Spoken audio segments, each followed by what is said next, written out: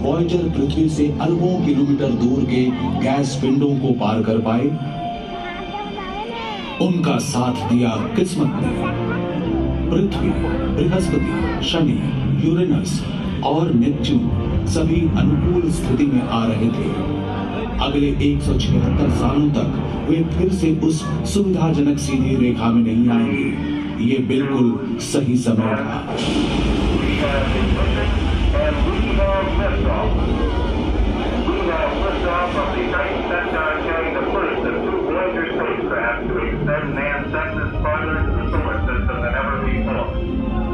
वाह, क्या सीन है। 20 अगस्त सन 1977 वॉयेजर 2 को अमेरिका के फ्लोरिडा के केप कैनवरल से लॉन्च किया गया। 5 सितंबर को वॉयेजर 1 भी अपने जुड़वां यान के पीछे पीछे इतिहास की सबसे लंबी यात्रा पर निकला।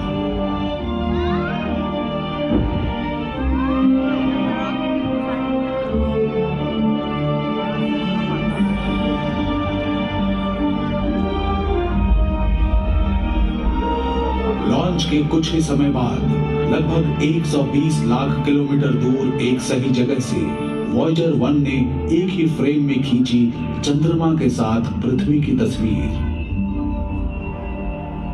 पहली बार हमने देखा कि अंतरिक्ष की गहराई से हमारी धरती और उसका उपग्रह कितने छोटे दिखते हैं। लेकिन मुश्किल वातावरण और लंबी यात्रा के खतरे सामने आ रहे थे। वॉयेजर 2 ने धरती के सिग्नल्स का जवाब देना बंद कर दिया। वैज्ञानिक जानते थे कि यान कहां है, लेकिन कोई संपर्क न होने के कारण वे इसे नियंत्रित नहीं कर सके। उनका कीमती यान अंतरिक्ष के कबाड़ का छोटा हिस्सा बनकर रह गया। इसकी खोज का मिशन खत्म होने वाला था। लेकिन जो इंजीनियर वॉयेजर जैसा अंतरिक्ष यान बना सकते थे, वे 20 करोड़ किलोमीटर दूर से समस्या को हल भी कर सकते थे। उन्होंने पाया कि वॉयेजर 2 का रेडियो ठीक था, लेकिन इसको ट्यून करने की क्षमता सही नहीं थी। नासा की तकनीकी टीम को सही फ्रीक्वेंसी की फिर से गणना करनी पड़ी और वॉयेजर 2 के रिसीवर से मिलान करने के लिए पृथ्वी पर ट्रांसमीटर को फिर से ट्यून करना पड़ा। उन्हें हर बार संदेश भेजते समय ऐसा करना पड़ता था। आज भी कनेक्शन कभी कभी टूट जाता है, लेकिन वे हमेशा इसे ठीक कर लेते हैं। 5 मार्च 1979 को फ्लोरिडा से उड़ने के 1.5 साल बाद योजना के अनुसार इसकी मुलाकात बृहस्पति के साथ हुई। वॉयेजर 1 ने हमारे सौर मंडल के सबसे बड़े ग्रह के पास से उड़ान भरी। अंतरिक्ष यान के कैमरों ने विशालकाय गैस पिंड की तस्वीरें भेजी, जिसका नाम देवताओं के गुरु के नाम पर रखा गया था। लगभग 2 सदियों तक खगोलविद बृहस्पति के विशाल लाल धब्बे के बारे में सोचकर हैरान होते कि ये है क्या। इतने बड़े ग्रह के चेहरे पर ये सिर्फ एक छोटा दाग लग रहा था, लेकिन वो स्थान पृथ्वी के आकार का 3 गुना था। क्या ये एक विशाल पठार था, भिन्न ग्रहों की कोई रचना या उनका संकेत? वॉयेजर 1 और 2 ने पहेली को सुलझाने में मदद की। द ग्रेट रेड स्पॉट एक विशालकाय तूफान है। ये सौर मंडल में अब तक की सबसे बड़ी वायुमंडलीय हलचल है जो सदियों से हो रही है। वॉयेजर द्वारा बृहस्पति के अवलोकन से कई आश्चर्यजनक तथ्य सामने आए। 1000 किलोमीटर से अधिक लंबी बिजली का कड़कना और ध्रुवों पर ध्रुवीय ज्योति यानी ऑरोरा, बिल्कुल हमारी धरती के जैसा। वॉयेजर की मदद से वैज्ञानिक ये भी देख सकते थे कि बृहस्पति धुंधले छल्लों से घिरा हुआ था, जो कि लगता है कि छोटे धूल के कणों से बने हैं। यान के नजदीक जाने पर जोवियन उपग्रहों की भी करीब से तस्वीरें मिली, जो थे यूरोपा, गैनीमेड, कैलिस्टो और आयो। गैनीमेड के दृश्यों ने पुष्टि की कि ये सौर मंडल में किसी भी ग्रह का सबसे बड़ा उपग्रह है, हमारे चंद्रमा से 1.5 गुना बड़ा, यानी आकार में बुध ग्रह से भी विशाल। लेकिन बृहस्पति के दो अन्य उपग्रहों आयो और यूरोपा पर और भी अचरज भरे हुए थे। वैज्ञानिक सोचते थे कि सौर मंडल में केवल पृथ्वी पर ही सक्रिय ज्वालामुखी हैं। उनका मानना था कि अन्य किसी ग्रह और उपग्रह पर भूकंप नहीं होते। लेकिन वॉयेजर ने आयो की जमी हुई सतह पर ज्वालामुखी को पिघला हुआ लावा उगलते हुए साफ देखा। आयो के कुछ लावा प्रवाहों की लंबाई 500 किलोमीटर तक की थी। शानदार दृश्य था वो। लावा और काले ज्वालामुखी राख का चमकीला सम्मिश्रण, लाल, नारंगी, पीला, मरून, सतह पर रंगों की छटाएं बिखरी पड़ी। ये अपेक्षाकृत युवा है और यहाँ निम्न दबाव के क्षेत्र हैं। यहाँ के पहाड़ धरती के पहाड़ों से भी ऊंचे हैं। जो निष्प्राण लगता था वो आयो अपने सैकड़ों ज्वालामुखियों के साथ इस सौर मंडल में भूगर्भीय रूप से सबसे सक्रिय है। एक और जोवियन उपग्रह यूरोपा के साथ आमना सामना भी बेहद रोचक था। वैज्ञानिक पहले से ही जानते थे कि यूरोपा बर्फ से ढका हुआ है। वॉयेजर यानों ने बताया कि कई किलोमीटर मोटी बर्फ की परत के नीचे छिपा है तरल पानी का एक महासागर। वास्तव में यूरोपा में पृथ्वी की तुलना में कहीं अधिक पानी है, लगभग 2 या 3 गुना ज्यादा।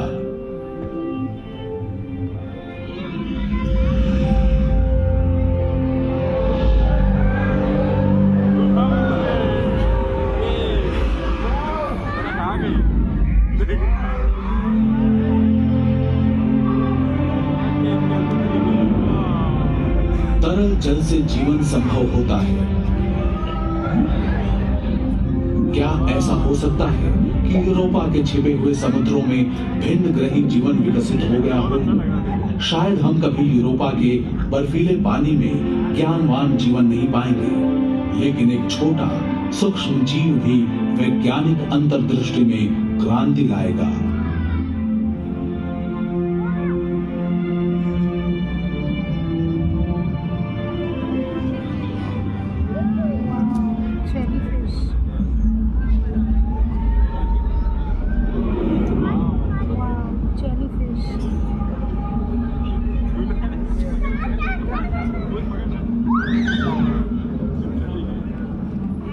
वॉयेजर की यात्रा पथ में बृहस्पति अभी पहला ही ग्रह था। सौर मंडल के सभी बाहरी ग्रहों की सीधी रेखा में होने की दुर्लभ स्थिति, जिससे वॉयेजर्स की आगे की यात्रा सार्थक हो पाई। उनका अगला गंतव्य था रहस्यमय सुंदर ग्रह, जिसने सदियों से खगोलविदों को प्रेरित किया। ये अब केवल कुछ करोड़ किलोमीटर दूर था। इस दूरी को तय करने में 1 साल 8 महीने का समय लगा। नवंबर 1980 के एक दिन वॉयेजर 1 सुंदर वलयाकार ग्रह शनि के करीब आया। उस यात्रा का हर दिन नई अंतर्दृष्टि लेकर आया। नजदीक से अब वैज्ञानिक देख सकते थे कि शनि के चारों ओर के विशालकाय वलय वास्तव में हजारों छोटे छल्ले थे। चमकते हुए सुंदर छल्ले ज्यादातर पानी से बने थे। विशाल ग्रह को घेरने वाले अरबों बर्फ के टुकड़े थे, छोटे कण से लेकर मुट्ठी के आकार के टुकड़े, कुछ एक घरों जितने बड़े भी थे। शनि के सबसे बड़े उपग्रह टाइटन पर वॉयेजर 1 ने एक सुंदर झील की खोज की। पृथ्वी के अलावा ये सौर मंडल में एकमात्र स्थान है जहां सतह पर तरल झील पाए गए हैं। लेकिन एक दिक्कत है, टाइटन की झीलें तरल मीथेन है, पानी नहीं। सघन वातावरण वाला एकमात्र उपग्रह है टाइटन। इतना सघन कि टाइटन पर दोपहर हमें सांझ के समान लगेगी। वॉयेजर 1 का सौर मंडल के अंदर की यात्रा का अंतिम पड़ाव होगा टाइटन। इस खूबसूरत उपग्रह के भ्रमण के बाद यान को एक ऐसा प्रक्षेपण पथ मिला जो इसे ग्रहों के तल से पूरी तरह से बाहर निकाल देगा। शनि के अत्यधिक गुरुत्वाकर्षण की मदद से वॉयेजर 1 इंटरस्टेलर अंतरिक्ष की शून्यता की ओर बढ़ गया।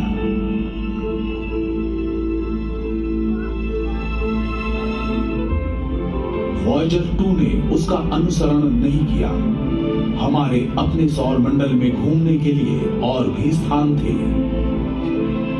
ये यान अगस्त 1981 में शनि के पास पहुंचा, इसके जुड़वां हमसफर के 9 महीने बाद। वॉयेजर 2 ने पाया कि एन्सेलेडस अपेक्षाकृत युवा है, केवल कुछ 100 करोड़ वर्ष पुराना। ये सौर मंडल में बहुत ही नया है। इसकी युवावस्था ने इसे एक विविध और आकर्षक परिदृश्य दिया है। वहां कहीं गड्ढों से भरे हुए क्षेत्र हैं, तो कहीं समतल सतह पर उभरी हुई धारियां और गांठें हैं। वहां कई खड़ी चट्टानें हैं, लंबी खाइयां और दरारें भी हैं। एन्सेलेडस एक गेंद जैसा है, जिसके बीच में एक बड़ी चट्टान है और ऊपर बर्फ की पपड़ी की परत। इसकी बर्फ जैसी सफेद सतह सौर मंडल में किसी भी अन्य खगोलीय पिंड की तुलना में सूर्य का अधिक प्रकाश परावर्तित करती है। एक अन्य उपग्रह टेथिस के पास से वॉयेजर ने 450 किलोमीटर चौड़े और 16 किलोमीटर गहरे गड्ढे की तस्वीरें भेजी। पृथ्वी पर मौजूद टीम ने इसका नाम ओडेसियस रखा। ओडेसियस यानी इथका का बादशाह, महान ग्रीक नायक।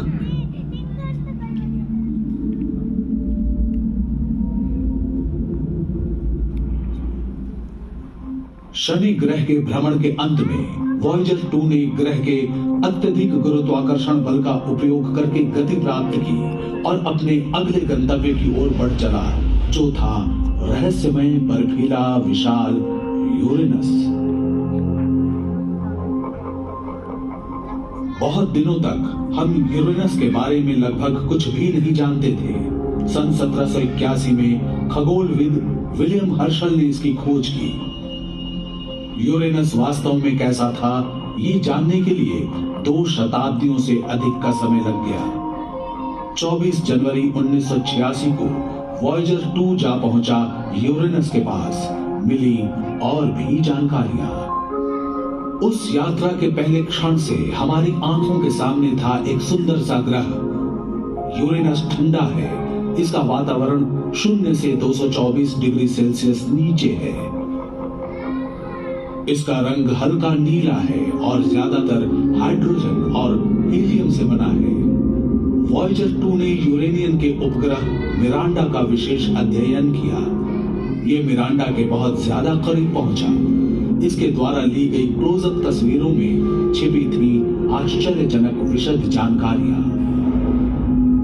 अपेक्षाकृत छोटे मिरांडा की सतह है विविध और अद्वितीय। इसके लहरदार मैदान गड्ढों से भरे हुए हैं और विशाल दरारों, घाटियों और ढलानों के एक जाल से घिरे हुए हैं। ऐसा लगता है कि मिरांडा का अतीत हैरत अंगेज और हिंसक था।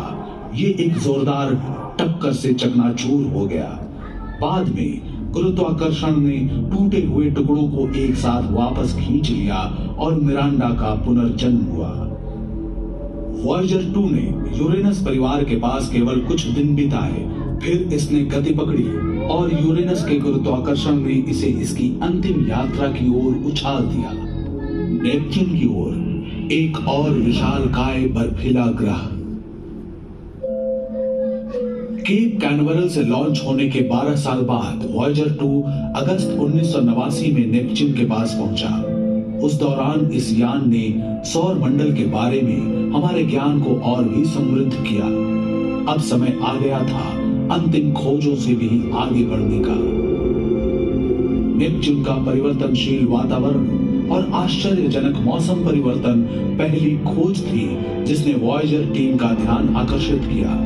गहरे अंतरिक्ष की अत्यधिक ठंड में नेपच्यून के उग्र मौसम को बढ़ावा देने वाली ऊर्जा की उम्मीद शोधकर्ताओं को नहीं थी।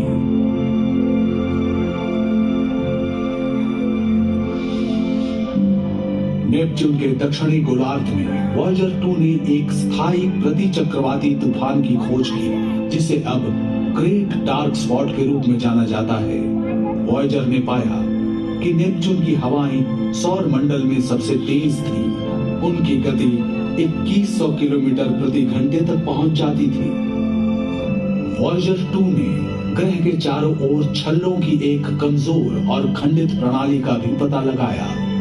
छल्ले किस चीज के बने होते हैं और उनका रंग लाल क्यों होता है, ये एक रहस्य है जिसका पता लगाने के लिए वॉयेजर रुक नहीं सका। लेकिन जब वॉयेजर 2 ने ट्राइटन के पास से उड़ान भरी तो और भी जानकारियां प्राप्त हुई। ट्राइटन सौर मंडल का एकमात्र बड़ा उपग्रह है जो प्रतिगामी कक्षा वाला है। ये अपने ग्रह नेपच्यून के घूमने की विपरीत दिशा में परिक्रमा करता है। वैज्ञानिकों को लगता है कि ट्राइटन का असामान्य परिक्रमा पथ साबित करता है कि ये कभी अपने आप में एक बौना ग्रह था। वे मानते हैं कि लाखों साल पहले ये भटक कर नेपच्यून के पास आया और इसके विशाल गुरुत्वाकर्षण की चपेट में आ गया। उस प्रतिगामी कक्षा का अर्थ है कि ट्राइटन हर पल ऊर्जा खो रहा है। जल्दी हो या देर से ये नष्ट हो जाएगा। ट्राइटन के टुकड़े संभवतः नेपच्यून के चारों ओर छल्ले की एक प्रणाली बनाएंगे जो कि शनि की तुलना में अधिक और साफ दिखने वाले होंगे।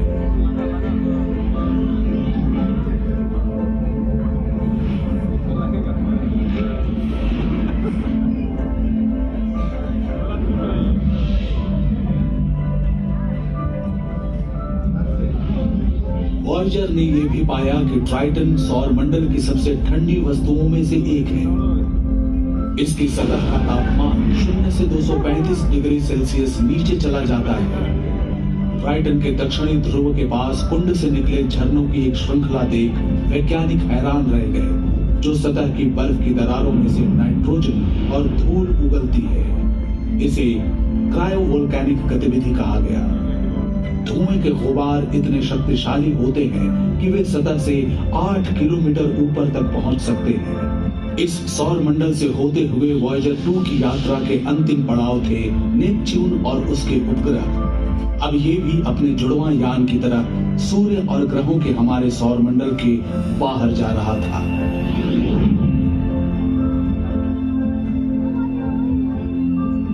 वॉयेजर 1 सौरमंडल की सीमा तक पहुंचने वाली और उससे आगे जाने वाली पहली मानव निर्मित वस्तु बन गई। अगस्त 2012 में घटी थी ये घटना। वॉयेजर 2 भी पीछे नहीं है। अब दोनों अंतरिक्ष यान हमारे सूर्य से दूर जा रहे हैं, अपनी अपनी दिशा में। उनका मिशन पूरा हो गया है। वॉयेजर के ऑनबोर्ड उपकरण धीरे धीरे बंद हो रहे हैं। बिल्कुल अंतिम समय में 2025 और 2030 के बीच उनकी यात्रा शुरू होने के आधी सदी के बाद नासा हमेशा के लिए वॉयेजर से संपर्क खो देगा। लेकिन इसके आगे क्या हो सकता है? भले ही वॉयेजर डेटा को पृथ्वी पर वापस नहीं भेज सकते हैं, लेकिन 2 यात्री अपने सफर को जारी रखेंगे।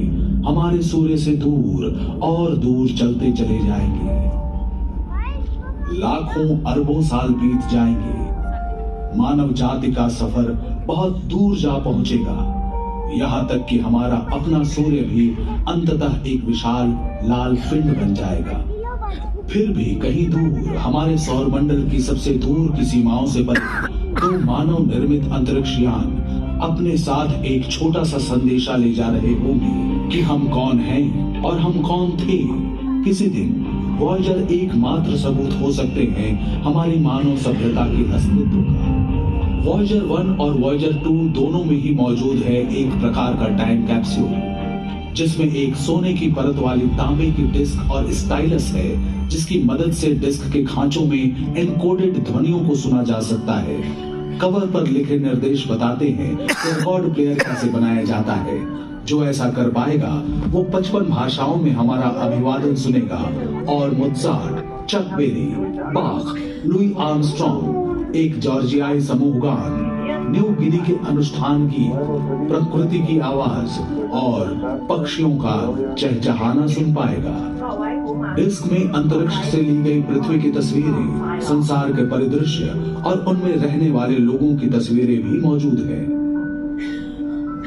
वैज्ञानिक गणना करते हैं कि वॉयेजर 2 को धरती से 1 प्रकाश वर्ष की दूरी तय करने में लगभग 18,000 वर्ष लगेंगे।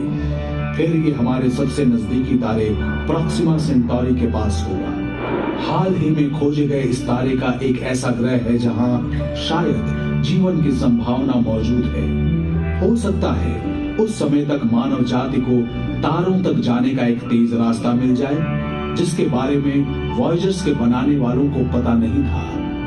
और संभवतः कभी न कभी वे वॉयेजर्स उन बुद्धिमान प्राणियों की खबर देकर अपनी यात्रा पूरी करेंगे, उन प्राणियों की खबर जो हमारी ही तरह चाहते हैं सितारों तक पहुंचना।